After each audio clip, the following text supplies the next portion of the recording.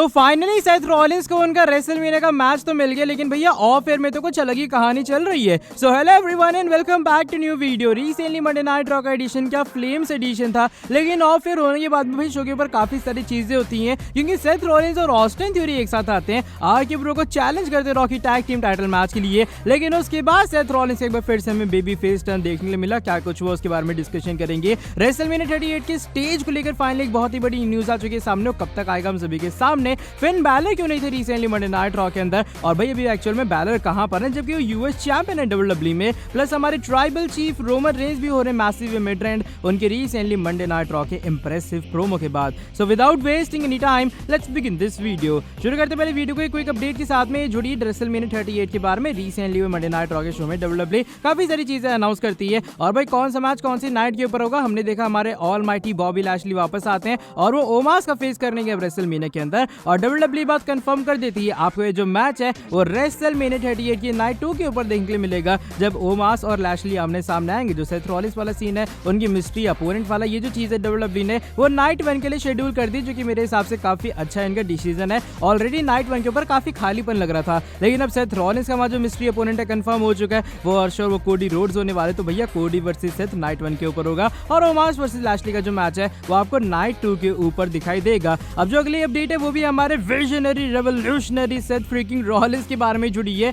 Recently Monday night raw के अंदर हम सभी ने देखा किस तरीके से बियांका बेलेयर ने अटैक कर दिया बेकी लिंच के ऊपर। वैसे बेकी आई थी भैया शिकार करने के लिए, लेकिन भाई यहाँ जो शिकारी था वो खुद ही शिकार होगा, क्योंकि बियांका बेलेयर 2 केओडी लगाते हैं, और जो चोटी काटने के लिए बेकी लिंच कैंची लाई थी वो यूज करती है बेकी लिंच के ऊपर ही, और भैया उनके जो कुछ बालों में काटती हुई नजर आती है, और वो पूरे तरीके से लेजिट चीज थी। वहां पे भैया एकदम लगा नहीं कि ये जो चीज है फेक वगैरह, चलो जो मर्जी कह लो। लेकिन रिसेंट टाइम में हमारे Seth freaking Rollins Becky Lynch के जो हस्बैंड है वो अपना रिएक्शन देते हुए नजर आते हैं अपने ऑफिशियल ट्विटर अकाउंट के थ्रू। उसका स्क्रीनशॉट आप लोग देख पा रहे होंगे। वो लिखते हैं well that puts a bit of damper on things. उनका कहने मतलब भैया ये कि हाँ जो तुमने चीजें जो हरकतें हुई हैं रिसेंटली मंडे नाइट रॉ के अंदर, वो कुछ लोगों को परवाह करते हैं, उसके ऊपर इंपैक्ट करती हैं। कि बेकी ने कहा भी था कि शायद उनकी बेटी उन्हें पहचान नहीं पाएगी, ऐसा काफी सारी चीजें उन्होंने कही है उनके इस पूरे हेयर कट वाले सीन के बाद। तो भाई देखते क्या कुछ होता आने वाले मंडे नाइट रॉ के एडिशन में, कि जो बेकी लिंच का लुक है वो थोड़ा बहुत चेंज होगा। लेकिन ये कुछ रिएक्शन हमारे सेथ फ्रीकिंग रॉलिंस का इस पूरे इंसिडेंट सेगमेंट को लेकर। बाय द वे आज की जो हमारी नेक्स्ट अपडेट है वो current US champion Finn Balor के बारे में जुड़ी है।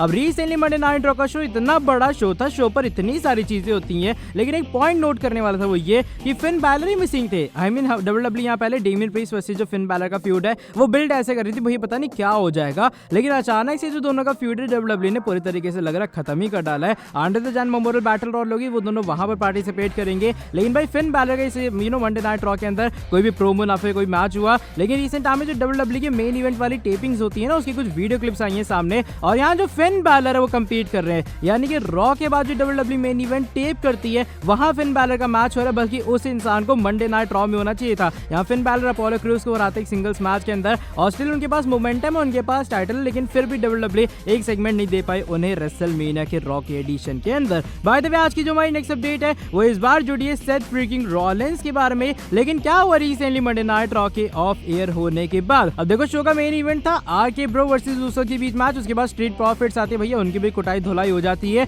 लेकिन रॉ के ऑफ एयर होने के बाद सेथ रॉलिंस आते रिंग के अंदर, और आ जाते Austin theory. Austin theory convince करते सेथ रॉलिंस को कि भैया ऐसा करते हैं हम लोग टैग टीम बनाते हैं, आरके ब्रो की ऐसी तैसी करते, चैंपियनशिप ले जाते रेसलमेनिया के अंदर। अब जैसे ही मैच शुरू होता है बताया जा रहा है रिडल से 3 से 4 सेकंड के अंदर एक रोल अप लगाते हैं, 1 2 और 3 होता है, और भाई कुछ ही सेकंड के अंदर सेथ रॉलिंस और ऑस्टिन थ्योरी यहाँ हारते हुए नजर आते हैं। लेकिन इसके बाद जो ऑस्टिन थ्योरी है वो अपने हारने का जो गुस्सा है सेथ रॉलिंस के ऊपर निकालते हैं, उनके ऊपर भैया धक्का वगैरह देते हैं, और दोनों के बीच में एक मैच होता है, और सेथ फ्रीकिंग रॉलिंस ने विक्ट्री हासिल कर ली ऑफ एयर होने के बाद ऑस्टिन थ्योरी के खिलाफ। मैं जैसे कह रहा हूँ भैया ऑन एयर जब भी टेलीविजन होता है सेथ रॉलिंस एक हील कैरेक्टर है, जैसे ऑफ एयर पे जाते पता नहीं कौन सा मोड उनका एक्टिवेट हो जाता है, वो बेबी फेस बन जाते हैं, और उनका आमना सामना हील सुपरस्टार्स के साथ में होता है। लेकिन भाई ये वो कुछ चीजें जो कि रिसेंटली ऑफ एयर में हुई थी, स्टिल मैं कंफ्यूज हूं भैया क्या डब्ल्यूडब्ल्यूई का फंडा है, ऑन एयर में हील ऑफ एयर में baby face. By the way आज की जो हमारी सेकंड लास्ट अपडेट है हमारे current universal champion the tribal chief the head of the table Roman Reigns के बारे में जुड़ी। रिसेंटली मंडे नाइट रॉ के अंदर